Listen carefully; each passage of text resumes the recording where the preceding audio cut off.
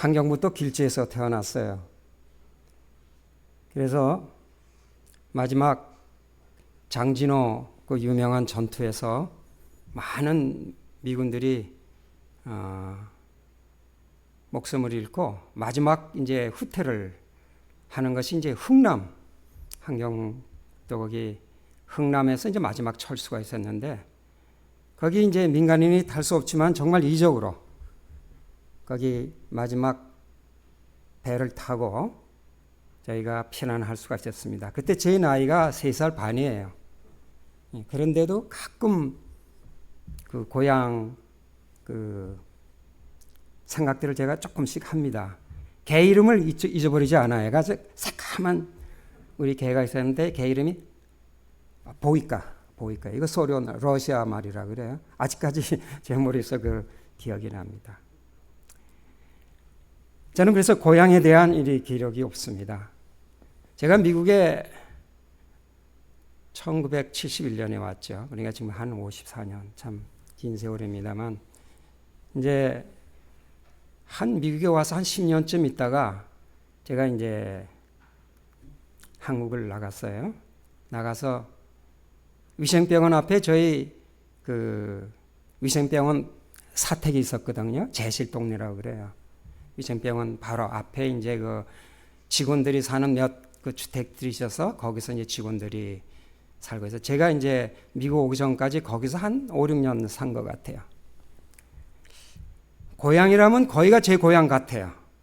어디 특별한 제 고향이 없어서 늘 서운해서, 제가 미국에 온 지 한 10년 좀 지났을 거예요. 학교 공부하고 직장 하다가 회사 일로 제가 이제 나가면서 이제 내가 살던 데를 좀 가봐야 되겠다.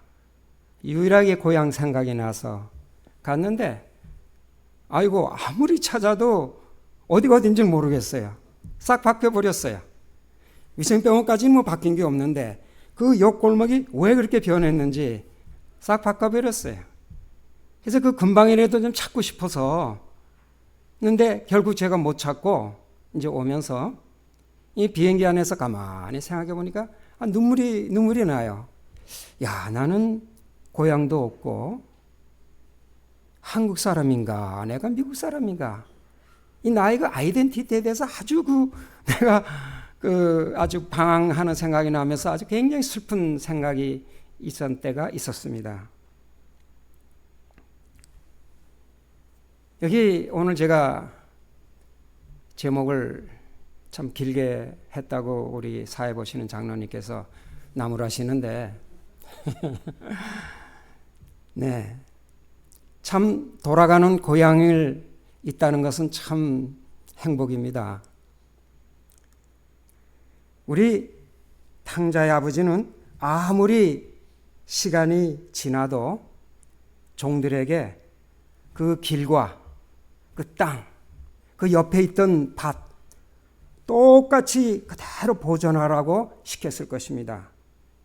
왜냐하면 아들이 돌아오다가 집을 찾지 못하고 낯설어서 돌아갈까 봐. 그게 탕자의 아버지예요. 여러분 다 동의를 하실 겁니다. 부모라면은 다 동의가 될 것입니다. 야, 아들이 오는데 길 새로 깔어. 시멘트 새거로 하고 새로 싹 바꿔. 우리 아들이 오는데. 아마 그런 아버지는 없을 거예요. 진정 아버지라면은, 진정 어머니라면은 솔로몬 재판 때 자기 아기를 죽이라 하지 않았습니다. 이게 아버지의 마음이에요. 그럼에도 불구하고요, 제가 여러분들에게 여러분 구원에 대한 확신이 있습니까? 하고 물으면은 다들 머뭇거립니다. 아마 여기 좀 추운 것 같은데 온도 조금 좀 올려주시겠어요? 아마 좀 뭐 끄시든지 조금 한 2도 정도 더 2, 3도 올려도 되겠습니다. 우리 구원이라는 건 고향집으로 돌아가는 겁니다. 분명 어려운 일이 아닐 텐데 하나님이 진정 나의 아버지라면은 구원의 길을 찾아가기가 굉장히 쉽게 했을 것입니다. 여러분 다 동의하시죠? 그래야 되지 않겠습니까? 근데 그렇지 못한 것이 지금 우리의 현실이에요. 제가 오늘 성경절 하나 좀 보겠습니다.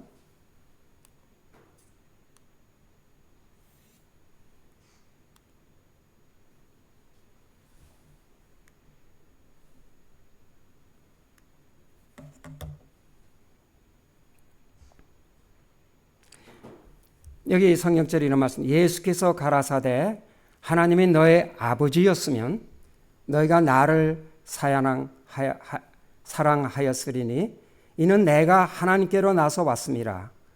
나는 스스로 온 것이 아니요 아버지께서 나를 보내신 것이니라. 요한복음 8장 42절에 있는 말씀인데 아마 성경에 요한복음 3장 16절만큼 중요한 말씀이라고 저는 그렇게 생각이 됩니다. 요한복음 3장 16절을 가장 적극적으로 설명했을 뿐만 아니라 문제점도 제시하고 있습니다. 여러분 다시 한번 읽어보겠게 제가 좀 곰곰이 읽어보시기 바랍니다. 제가 여러분에게 질문을 하려고 합니다. 예수께서 가라사대 하나님이 너희 아버지였으면 너희가 나를 사랑하였으리니 이는 내가 하나님께로 나서 왔습니다. 나는 스스로 온 것이 아니요 아버지께서 나를 보내신 것이니라.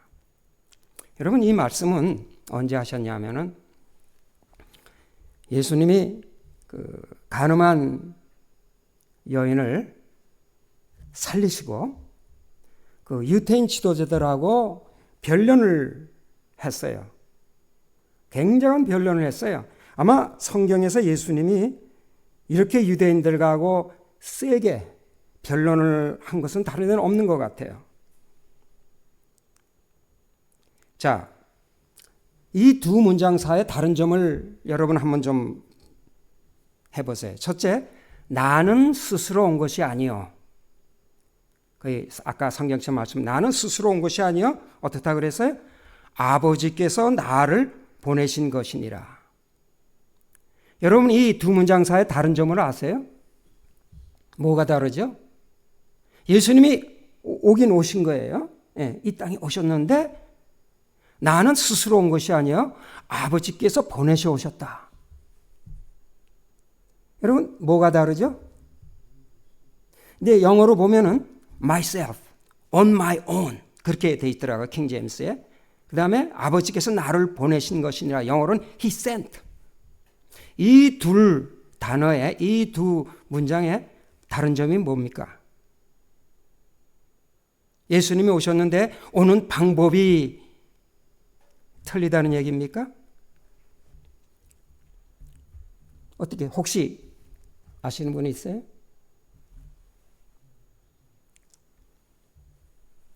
그 다음 성경절에 목사님이 아니라 예수님이 이렇게 말씀하셨어요. 어찌하여 내 말을 깨닫지 못하느냐? 이는 내 말을 들을 줄 알지 못함이로다 하고 유태인 지도자들에게 책망하셨었어요. 너희가 내 말을 이해를 못한다. 도대체 알아듣지 못한다. 하고 예수님께서 책망을 하십니다. 여러분이 여기에 대한 대답을 못하셨으면 나도 우리도 그 유태인 지도자들하고 같습니다.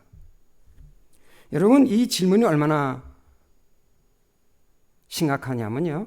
그 같은 요한복음 8장에요. 그 마지막 변론에 가서 어떤 일이 있었냐면 저희가 돌을 들어 치려 하거늘 예수께서 숨어 성전에서 나가시니라. 여러분 이 아까 그 성경절 말로 유태인들하고 변론을 하면서 결국은 이런 일이 벌어졌어요. 예수님을 아주 죽이시도록 미웠어요. 여러분 그렇다면은 아까 그 성경 말씀은 굉장히 중요한 말씀이에요. 우리가 이해를 못하면은 우리도 사실 유대인 지도자들하고 별 다른 게 없을지도 모릅니다. 네.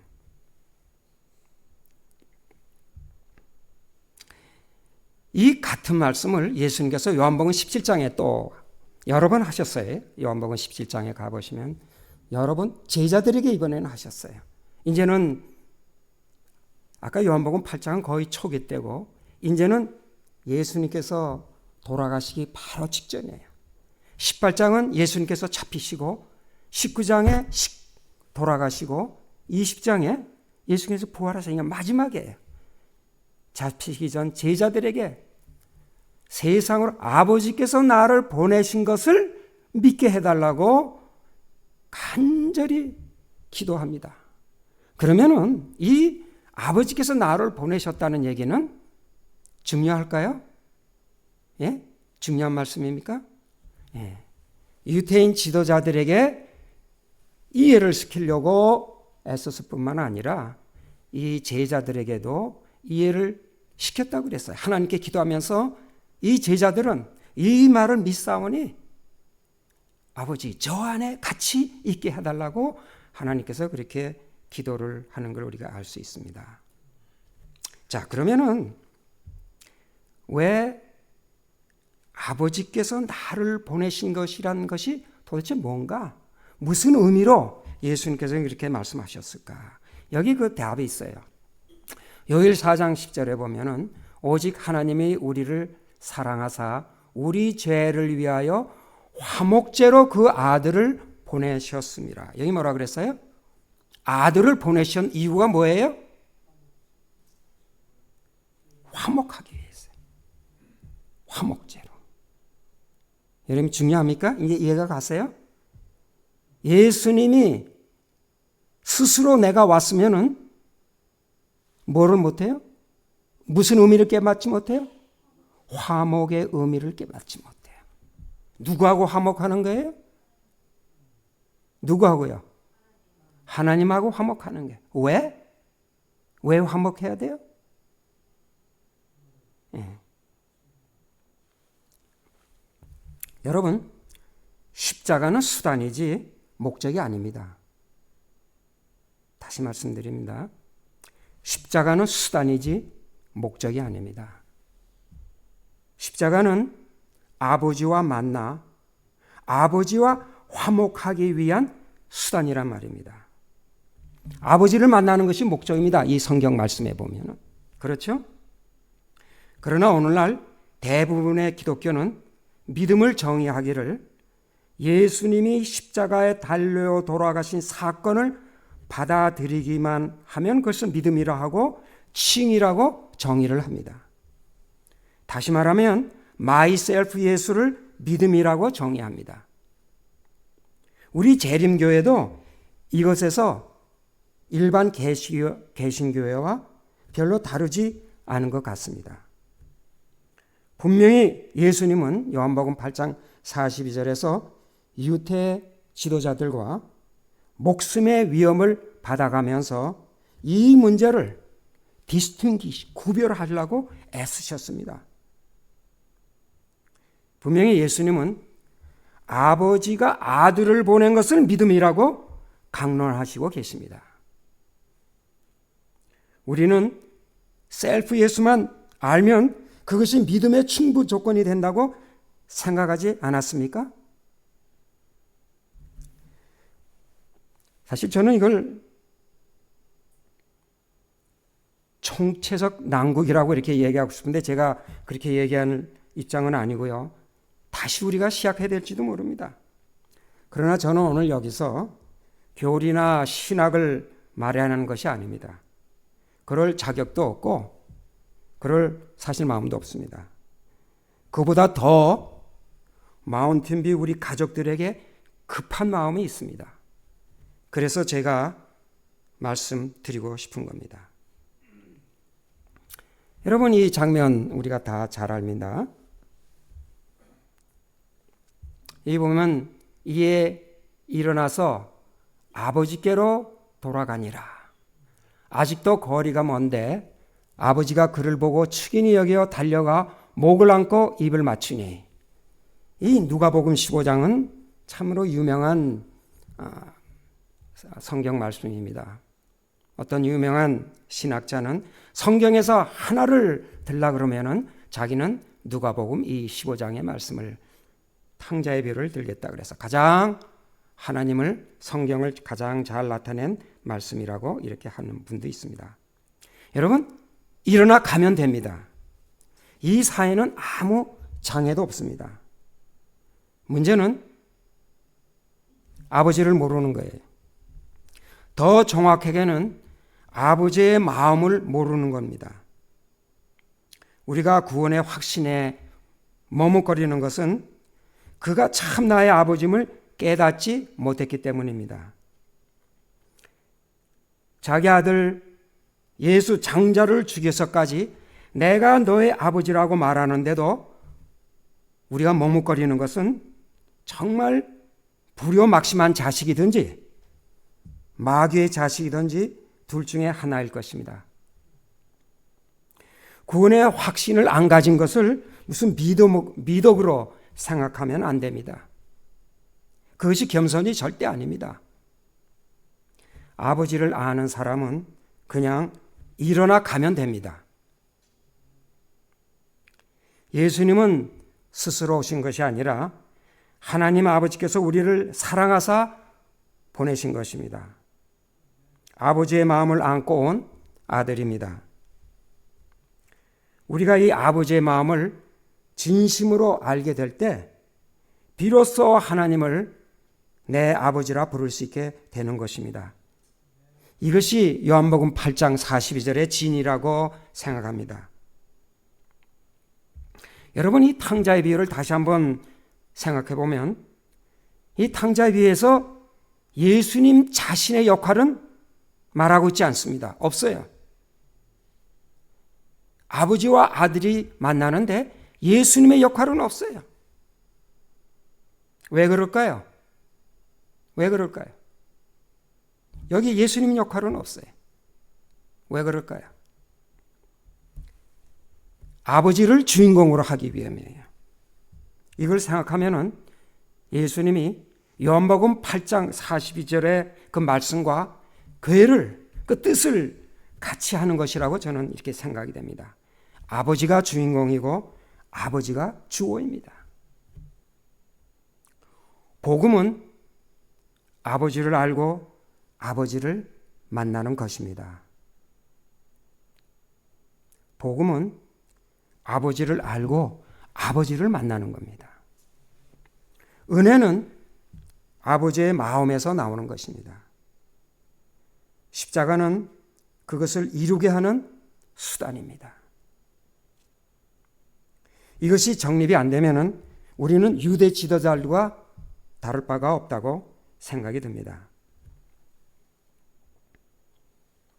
다시 그 성경절을 보면은 예수께서 가라사대 하나님이 너의 아버지였으면, 아버지가 주 변론의 이슈였어요.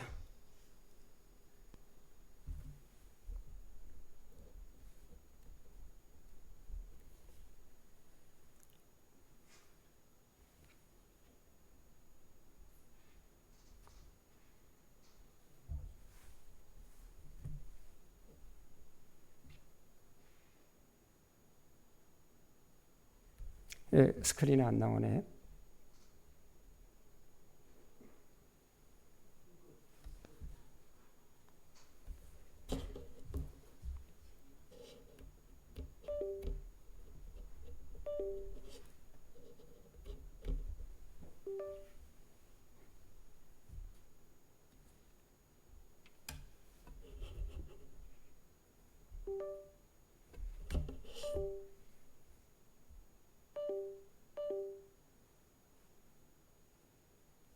죄송합니다. 우리 좀 기술적인 문제가 생겼네요. 갑자기 스크린이 나갔습니다.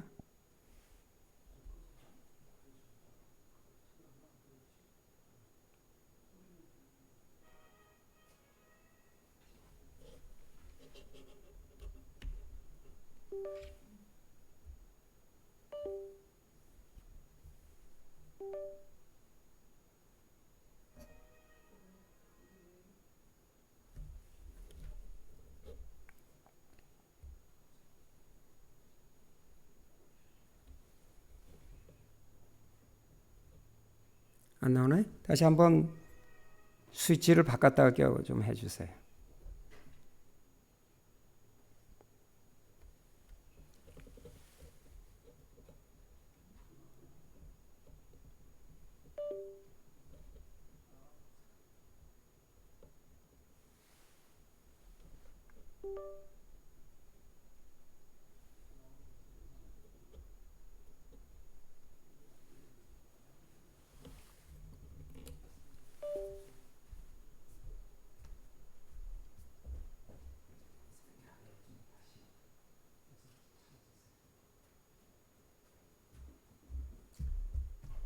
죄송합니다. 이게 오늘 케이블을 고쳤다 그랬는데 또 그렇게 됐나 보죠.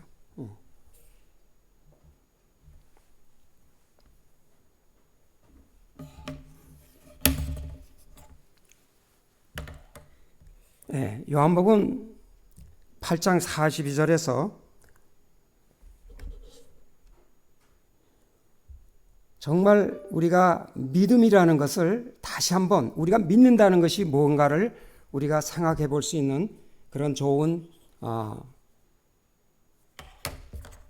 저거라고 생각합니다. 자, 이유가 뭐냐면 아버지였어요. 그러니까 아버지를 너희가 모르기 때문에, 아버지를 너희가 몰랐기 때문에 너희가 나를 사랑하지 않고 결국은 죽이려고 그런단 말이야. 그러면 아버지를 알게 되려면 어떻게 된다? 아버지께서는 어떤 분인지를 알아야 되는데 아버지께서 나를 보내신 것이니라. 이것을 깨달아야 된다. 내가 스스로 와서 내가 어떤 것을 하는 게 나 혼자 하는 것이 아니라 나의 모든 것은 아버지께서 보내셔 됐다는 것을 예수님은 공생애 동안에 누차 여러 번 아버지에 대해서 얘기하고 제자들에게도 이것을 가르쳐 주기 위해서 애썼다는 것을 우리가 알 수가 있습니다. 자, 아버지는 매일 그 길을 바라봅니다.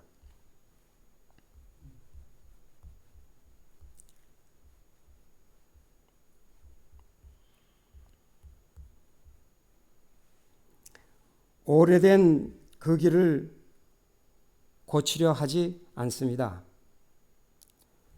떠난 그 길이 낯설지 않도록 기다립니다.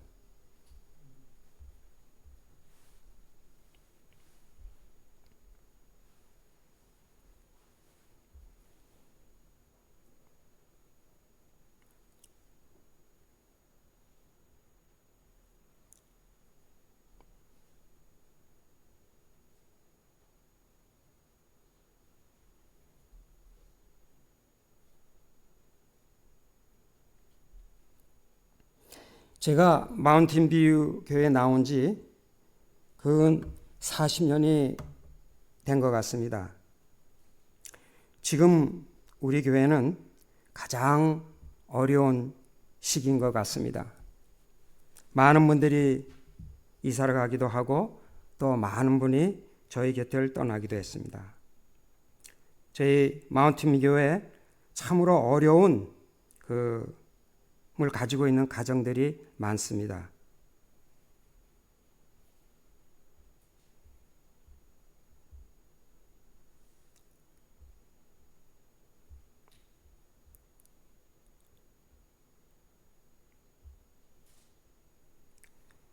각자가 어려운 현실에서 우리 투쟁하고 있습니다.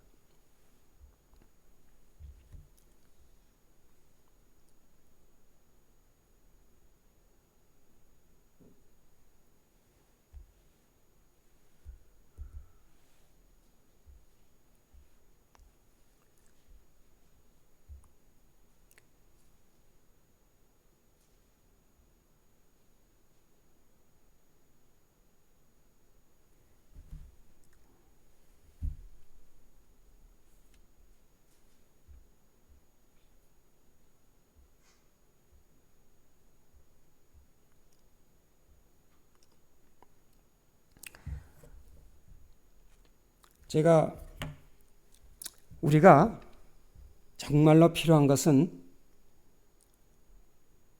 제가 여러분들에게 이것을 위해서 오늘 이 설교 말씀을 준비했습니다. 결론적으로 말씀하기 위해서 오늘의 설교 말씀을 제가 준비한 겁니다.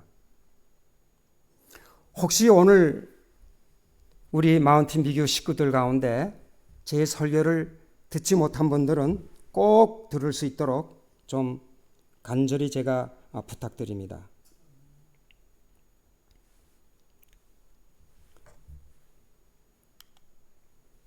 어떻게 기도 응답을 받을 것인가? 성경에 이런 말씀이 있습니다. 무엇이든지 원하는 대로 구하라. 그리하면 이루리라. 우리가 다 아는 말씀입니다. 조건이 있습니다. 너희가 내 안에 거하고 내 말이 너희 안에 거하면 무엇이든지 구하는 대로 구하라 그랬어요.